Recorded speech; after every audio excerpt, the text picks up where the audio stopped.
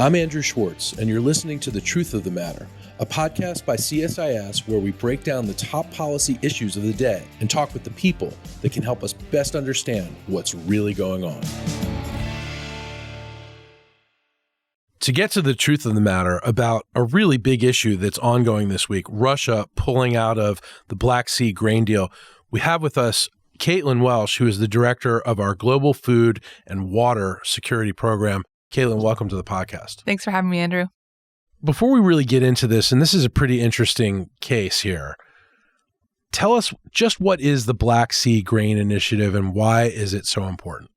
Black Sea Grain Initiative was put in place last July of 2022, involving Russia, Ukraine, Turkey, with negotiation from the UN, and it allowed for the safe export of Ukraine's grain in the context of active warfare. When Russia launched its full-scale invasion of Ukraine in February 2022, exports of agricultural products from Ukraine effectively ground to a halt. And it wasn't until July, until several months later, that shipments were able to resume again. The deal was signed in July of 2022. First ships that were inspected were August 1st of last year, and ships were exporting grain, agricultural products throughout the year, ever since last August. A total of over 32.8 million metric tons of grain were shipped from Ukraine to 45 countries on 3 continents around the world, and shipments, a variety of products, mostly corn, wheat, sunflower oil, and other products, but a variety of products to many countries around the world. One of the most important effects of this was that it helped to lower global grain prices, which had reached an all-time high upon Russia's invasion of Ukraine.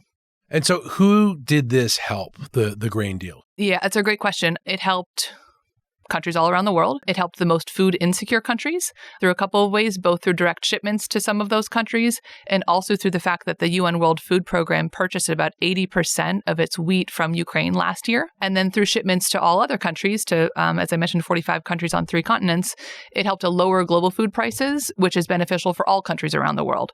So there has been an accusation by Russia that the deal did not meet its intended effect by helping food insecure populations. That's not the case. That's also a misstating of the purpose of the Black Sea Grain Initiative, which was simply to get Ukraine's agricultural products on market. It wasn't intended to benefit only food insecure countries, but it certainly benefited them and every country around the world.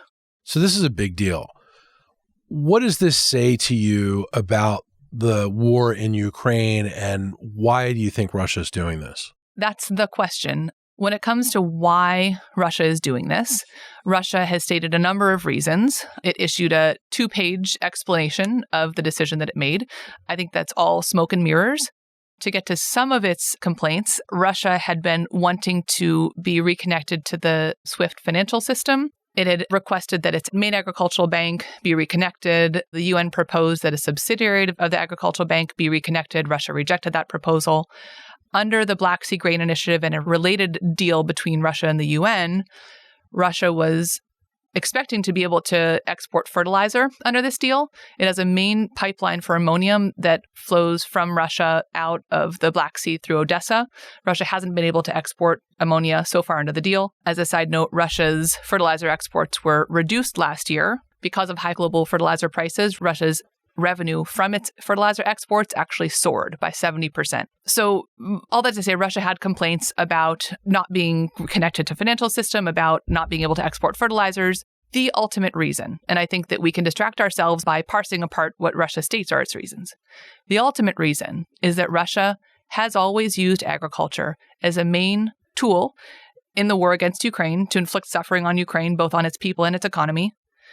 Given the way that the war has gone over the past 15 months or so, we've seen increasingly so, but especially over the past several days, that Ukraine's agriculture sector has become a major theater in Russia's attacks on Ukraine.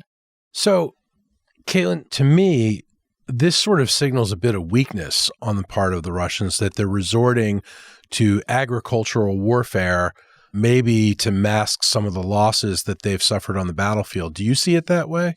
I hesitate to, read the mind of President Putin or those, sure. In Russia. There's that, but certainly Russia is trying to use every means at its disposal to get any kind of upper hand in Ukraine right now. And how this is effective is that this is a main source of income for Ukraine. It's 20% of Ukraine's GDP comes from Ukraine's agriculture sector, 40% of its export revenue, 17% of the labor force are employed in agriculture.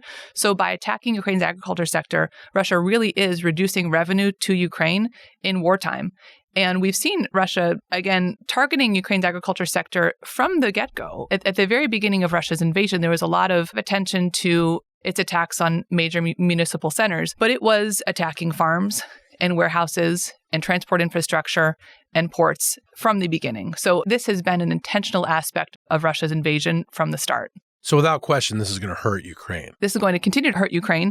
And looking at some of the numbers, Ukraine and Russia, both major exporters of grain on global markets. Russia, because of its land area, has always produced and exported far greater volumes than Ukraine. So Russia is starting out at an advantage compared to Ukraine. But due to the impacts of Russia's war in Ukraine, of Russia's very intentional attacks across Ukraine's agricultural sector, we see that production of wheat in Ukraine, wheat alone, compared to 2 years ago, is down 47% and exports down 44%. That's a significant decline for one of the world's major global producers.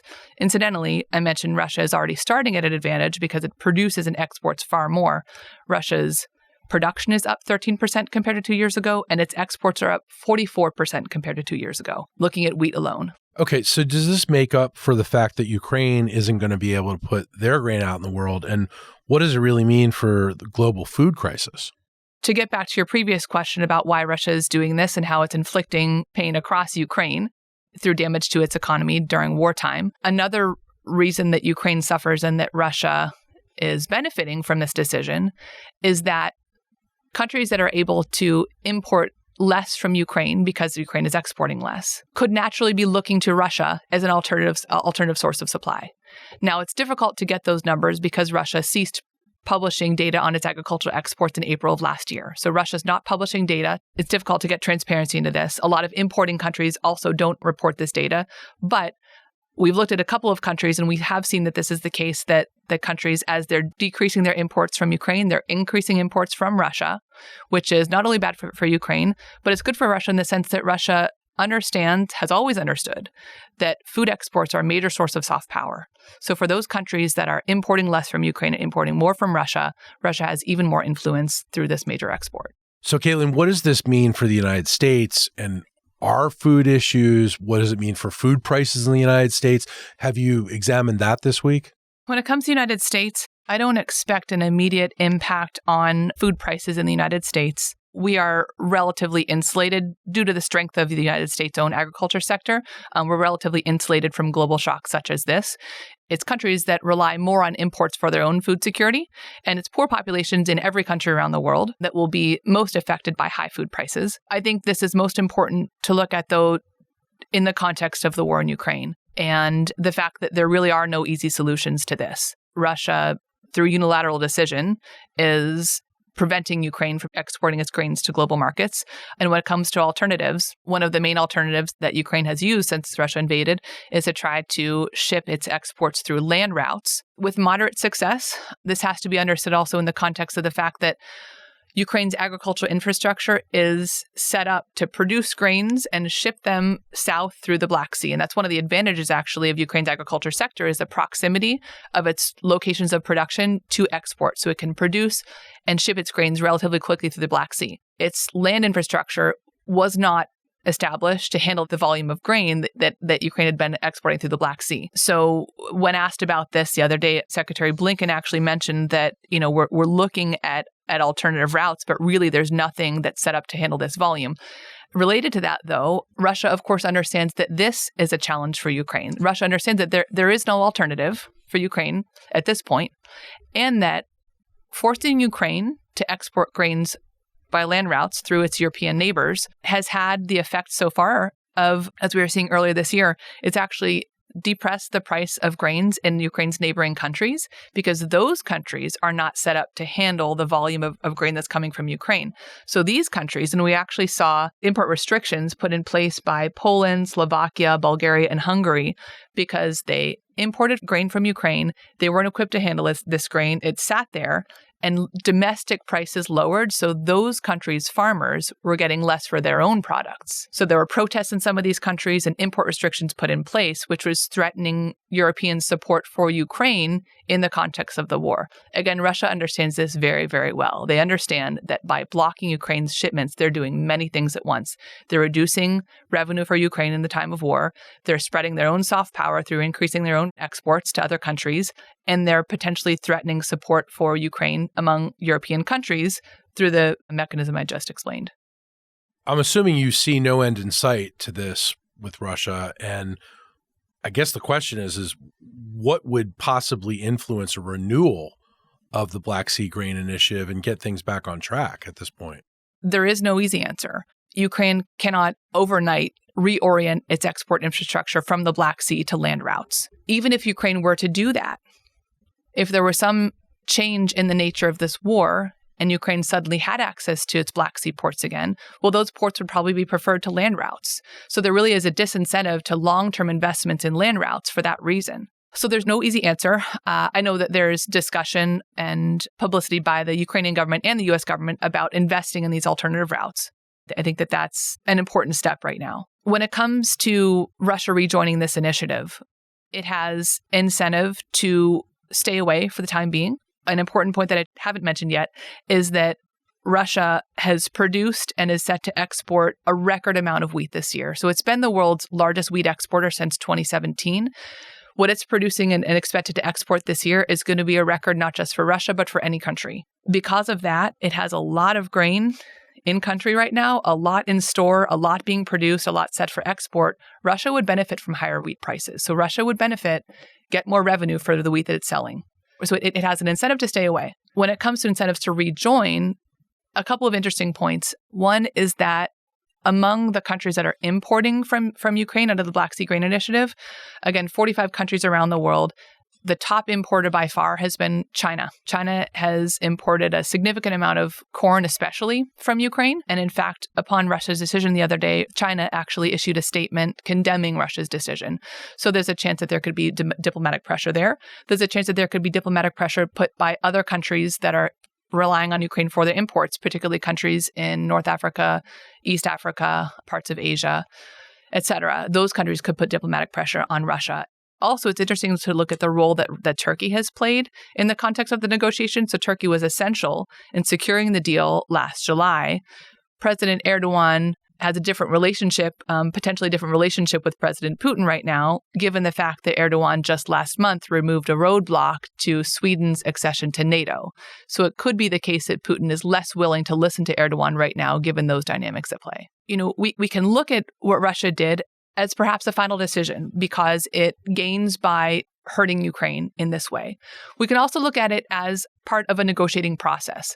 Russia can take what looks like a very absolute stance and hope by that to extract some kind of concessions. So maybe it's just projecting a very absolute stance, again, hoping to get some concessions, and then once certain things are granted, then it would rejoin. I'm not sure, but it bears repeating something that an affiliate of my program said last year, that Moscow can use its stranglehold on Ukrainian grain as critical leverage to extract concessions in negotiations with Ukraine and other countries. That's exactly what it hopes to do. Caitlin Welsh, a lot to think about here, and we'll definitely be talking more about this issue as it develops. Thank you very much. Thank you, Andrew. If you enjoyed this podcast, check out our larger suite of CSIS podcasts. From Into Africa, The Asia Chessboard, China Power, AIDS 2020, The Trade Guys, Smart Women, Smart Power, and more.